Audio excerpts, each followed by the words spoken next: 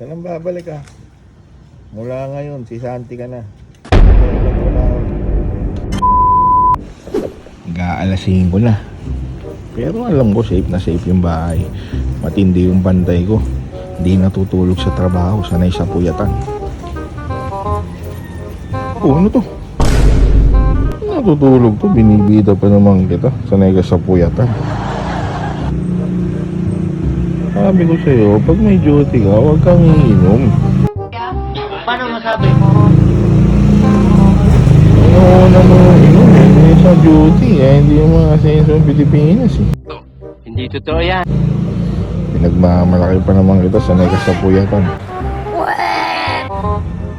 Oh, babagsak ka pa.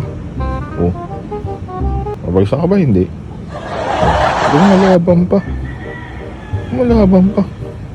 Oh, ako ng teteng. Ano ba tayo niyan? Tingnan mo, bukas pa yung pinto. Siguro may nakapasok na dito sa bahay namin. Paano masabi? May tutulog-tulog eh. Parang may naamoy ako. Baka pati ikaw, nadukutan ka na.